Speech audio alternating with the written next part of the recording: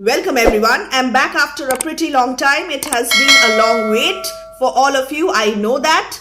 In today's one-shot session, I'm going to give you the line-by-line explanation of Macbeth Act 4, Scene 2, another important scene. What is the setting? 5. Macduff's castle.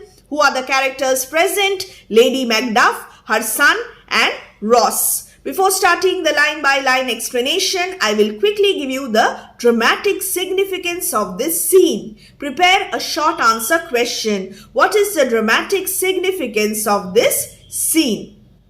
Now, a quick reminder, do check the pinned comment section for all important video links related to your syllabus and kindly subscribe to our channel, tap the bell icon, like, share and comment.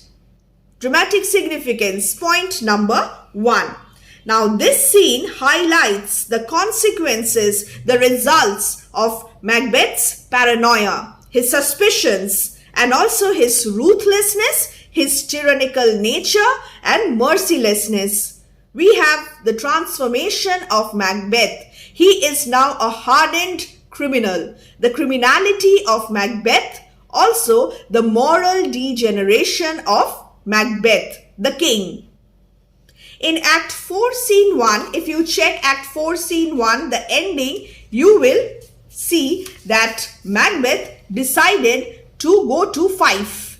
The castle of Macduff I will surprise, seize upon Fife, give to the edge of the sword, kill.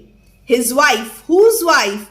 Macduff's wife, his babes, and all unfortunate souls that trace him in his line. He already decided to kill innocent people. And here in Act 4, Scene 2, we have the implementation of the plan. We have the execution of the heinous plan. So this is the moral degeneration of Macbeth. And why is he so bent on killing Macduff's wife, his babes and all unfortunate souls? Because he is suspicious of Macduff. He is angry with Macduff. Macduff has run away to the court of England and this has angered Macbeth. Hence this decision. So he has decided to murder Macduff's family.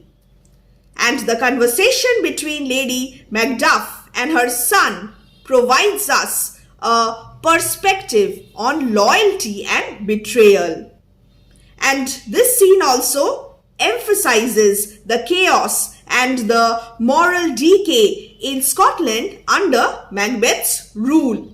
The violent and brutal actions taken against innocent people show the depths to which Macbeth has sunk in his quest for power. The moral degeneration of Macbeth. This expression is really important. And the tragic fate of Macduff's family helps to build sympathy for Macduff and strengthens the audience's desire for Macbeth's eventual downfall. This is the significance of this scene. And this scene is dreadful. Still, it provides us with a relief because of variety. Because it is domestic. It has a technical value also. It highlights the conflict between Macbeth and Macduff. And there is an element of pathos in this scene. So these are important points. I hope you have jotted down the points. And now the line by line explanation. Lady Macduff, what had he done? What had Macduff done to make him fly the land? Fly the land, run away to the court of England. Ross, you must have patience, madam. So Ross is there with Lady Macduff. You must have patience, madam. He had none. Macduff showed no patience. His flight was madness. This is the analysis of Lady Macduff. His flight from here was an act of madness.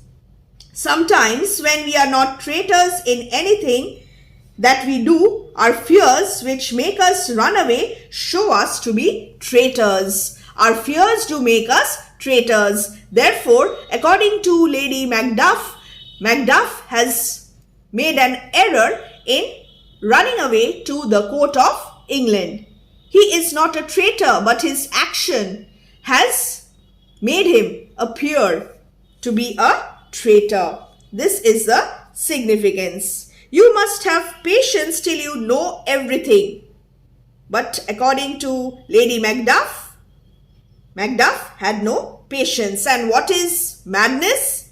Madness is an act of insane folly. Even though a man may not have committed any act of treason, as Macbeth has not, he would be looked upon as a traitor if, afraid of being punished for an offense of which he is not guilty, he runs away. To run away without cause creates a suspicion of guilt. This is the analysis of Lady Macbeth. You know not whether it was his wisdom or his fear. Here Ross is defending Macbeth. Whether his flight was due to his wisdom or due to his fear. Lady Macbeth is thinking from a political perspective also. You know not whether it was his wisdom or his fear. Wisdom, to leave his wife, to leave his babes, his mansion and his titles in a place from whence himself does fly. Do you think it is wise to leave his wife, his children, his house and his properties in a place where he does not consider himself to be safe? According to him, Scotland is not safe and he has left us here all alone. He has thought about his own safety. Had he loved me and the children as he should, he would not have thought only of his own safety. He loves us not. He wants the natural touch. What is the meaning of this? He has not got that instinctive desire to protect one's young, which is natural to all men. Natural touch, affection implanted by nature. It is clear that he does not love us. He lacks natural human warmth. For the poor wren, the most diminutive of birds, will fight her young ones in her nest against the owl. She gives an example. She gives an analogy. What is the analogy? What is the example? The poor wren, so humble and helpless a creature as the wren, a species of European song bird, most diminutive, tiniest. And what will the wren do? Even the tiniest bird, poor wren, will put up a brave fight to protect her young ones in her nest against the attack of an owl. But to Macbeth, the fear is everything. Love of family is nothing. All is the fear and nothing is the love. As little is the wisdom where the flight so runs against all reason. Very, very important. Macbeth's decision to fly has been prompted only by fear for himself, which shows that he has no love at all for his family. Fear is everything for him. Love counts for nothing at all. His wisdom is as little as his love. So, in so glaring a manner, he has abandoned us. Ross, my dearest cause, my dearest cousin, I pray you, I beg of you, school yourself. What is the meaning of school yourself? Teach yourself to be patient, control your feelings. But for your husband, as for your husband, he is noble, wise, judicious. What is the meaning of judicious? Sensible, and best knows the fits of the season.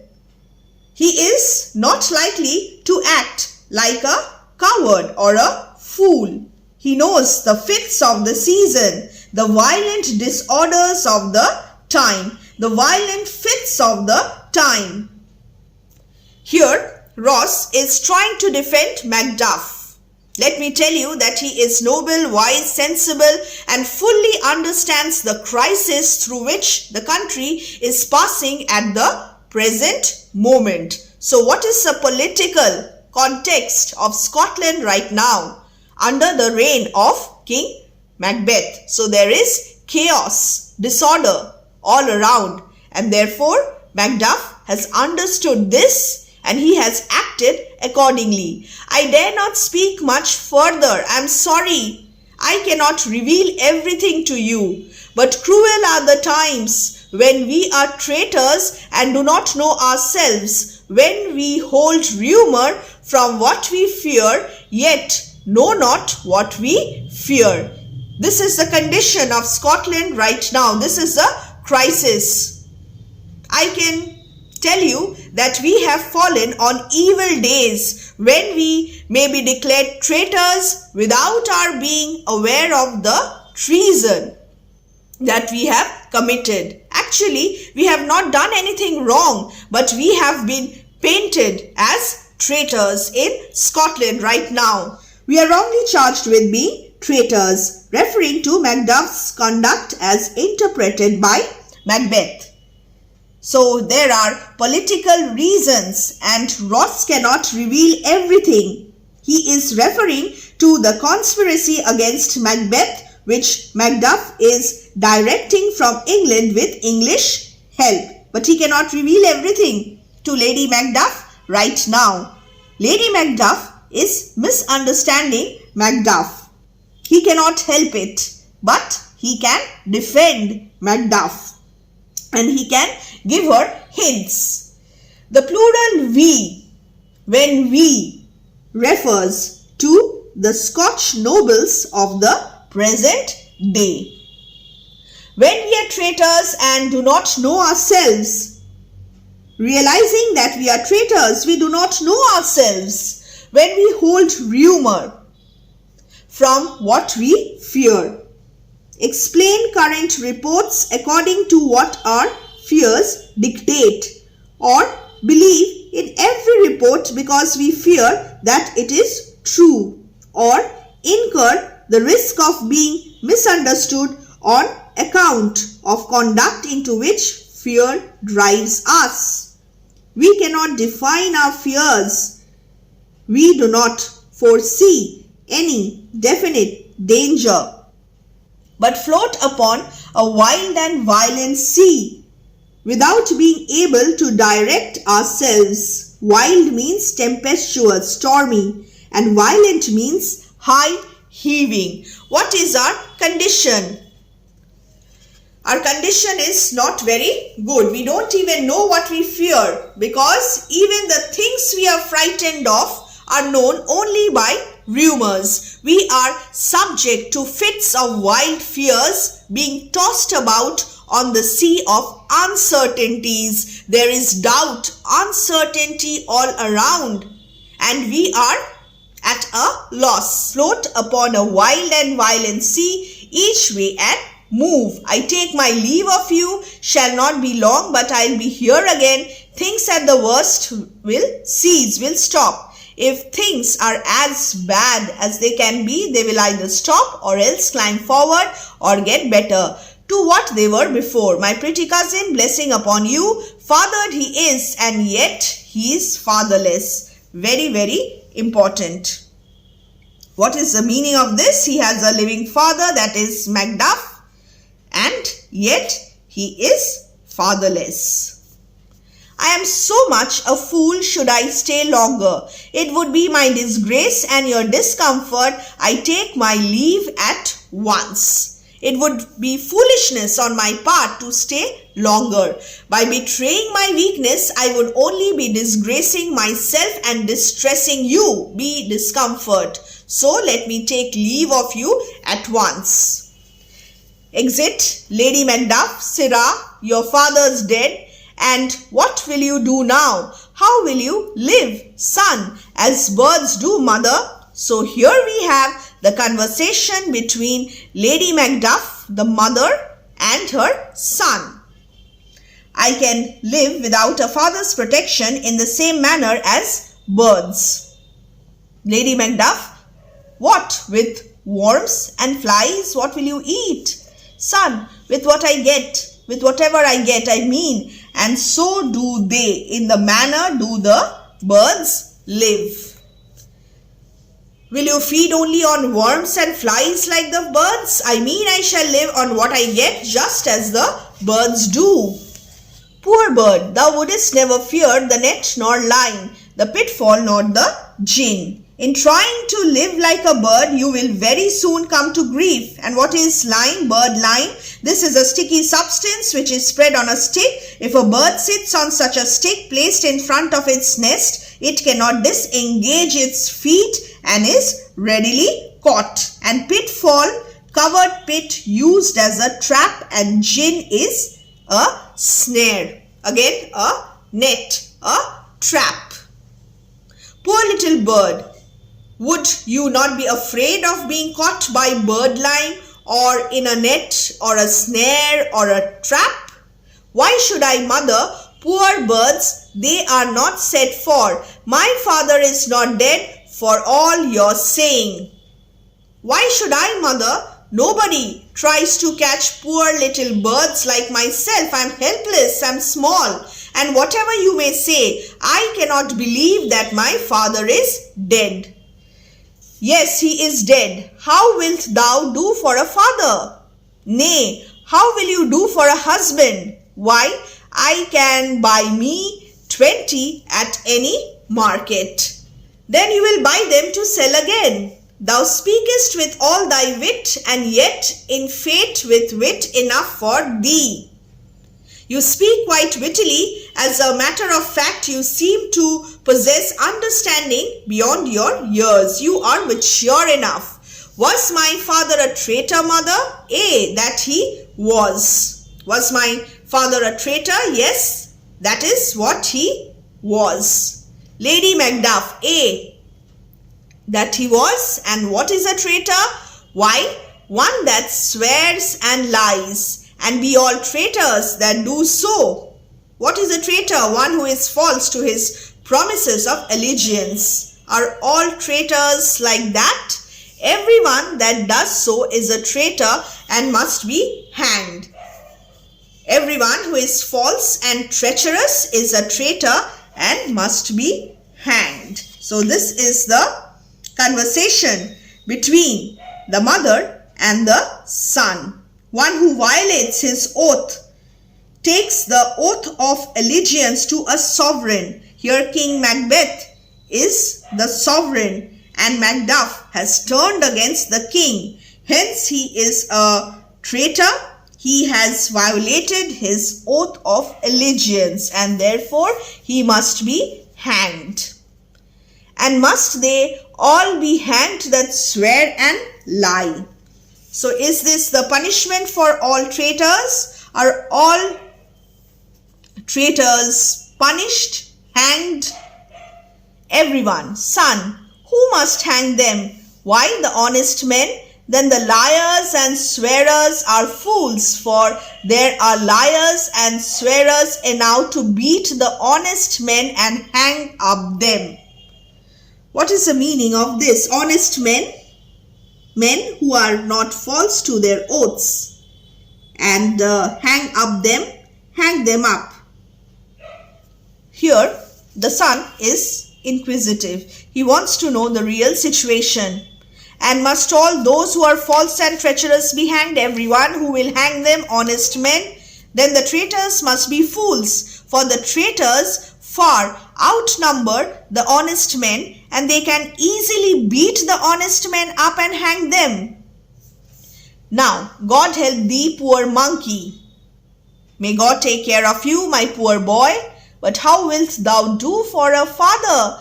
If he were dead, you would weep for him. If you would not, it were a good sign that I should quickly have a new father. If my father were dead, you would certainly weep for him. Since you don't weep, it means that I'm going to have a new father very, very soon. Poor prattle, how thou talkest. See how you talk, my poor prattler. Enter a messenger. So end of the conversation between the mother and the son. Bless you, fair dame. I am not to you known. You do not know me. Though in your state of honor I am perfect. I am not known to you, though I know all about your higher rank. I doubt some danger does approach you nearly. This is a warning. If you will take a homely man's advice, be not found here. Very, very important. Run away with your little ones. To fright you thus, methinks I am too savage. I am afraid some danger is about to befall you. If you will take the advice of an ordinary man like me, you should leave this place at once with your little ones. I think I am being extremely brutal, savage, uncivilized to frighten you in this way. To do worse to you were fell cruelty. I think I am being extremely brutal to frighten you in this way, and to do worse to you would be very inhuman.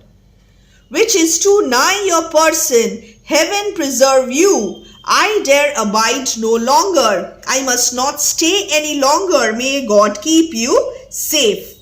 So fly from here. Let not your enemies find you at home when they come. Go away. Here he regrets. The messenger regrets telling, revealing such cruel facts to Lady Macbeth. The messenger notices the expression of fear on Lady Macbeth's face and he tries to apologize. The messenger knows that time is pressing. It is very important for them to run away from here. But to do worse to you, to scare you more by relating all the circumstances of your dangers, it would detain you so long that you could not escape. So go, run away from here as quickly as possible, because you are in imminent danger of being the victim of cruelty. And what is going to happen to them? They are going to be killed. So there is no time for them to waste. They must run away from here as soon as possible. Whither should I fly? I have done no harm, but I remember now I am in this earthly world, sinful terrestrial world, as opposed to the kingdom of heaven, where to do harm is often laudable, to do good sometime accounted dangerous folly. Why then, alas, do I put up that womanly defense to say I have done no harm? Alas, where should I fly? I have not done any harm to anybody. But I do remember now that I belong to this wicked world, sinful world, where doing harm is accepted as laudable, commendable, appreciated, and doing good is sometimes thought to be a dangerous stupidity, a dangerous folly. Folly means stupidity. So what is the use of making a womanly excuse that I have done no harm to anybody? Enter murderers. Very important. What are these faces? What devilish faces are these? First, murderer. Where is your husband? Lady Macbeth, I hope in no place so unsanctified where such as thou mayst find him. I hope he is at no such place which is so unholy that you may be able to find him. He is a traitor. Direct accusation. Thou liest, thou shag-haired villain. Shaggy-haired villain. What, you egg, stabbing him, young fry of treachery. This is the brutality, the violence in this scene. What, you egg, you son of a traitor, and he stabs him. The first murderer stabs the innocent child. Such heinous and brutal crime. Son, he has killed me, mother. Run away. The son is mature. Even when he is dying, he is concerned about the safety of his mother and he advises her to run away, and then, unfortunately, he dies. The tragic fate of the innocent son. Exit Lady Macbeth, crying murder. Exeunt murderers following her, and we can be pretty sure, the audience can be pretty sure that she will meet the same tragic fate. She too will have the same tragic destiny. So no time for them to run away. The murderers come and they murder the innocent people. Fry of treachery, offspring of a traitor. And fry means fish fresh from the spawn. Now after the murder of King Duncan, almost in every scene in which Macbeth is absent, Shakespeare concentrates upon the disastrous consequences of his reign. This is true of the scene presenting the murder of Lady Macduff and her son, which has been frequently called mere pathos. And one of the scene's functions is to set up the conflict between Macbeth and Macduff. Above all, however, the dramatization of the slaughter of innocents brings out the unnatural changes in social and political values under Macbeth's rule. In time of greatest peril, Lady Macduff finds herself deserted by her husband. Here Shakespeare gives visible proof that Macbeth has destroyed all that is customary and right in life. So reversal of the moral order. And as Lady Macduff says of the new world in which she suddenly finds herself, all is the fear and nothing is the love. There is tyranny all around, there is no love. And another interesting fact is that we have the absence of Lady Macbeth.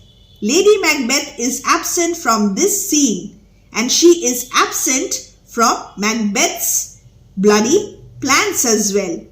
So dear students, this is the end of Macbeth Act 4 Scene 2.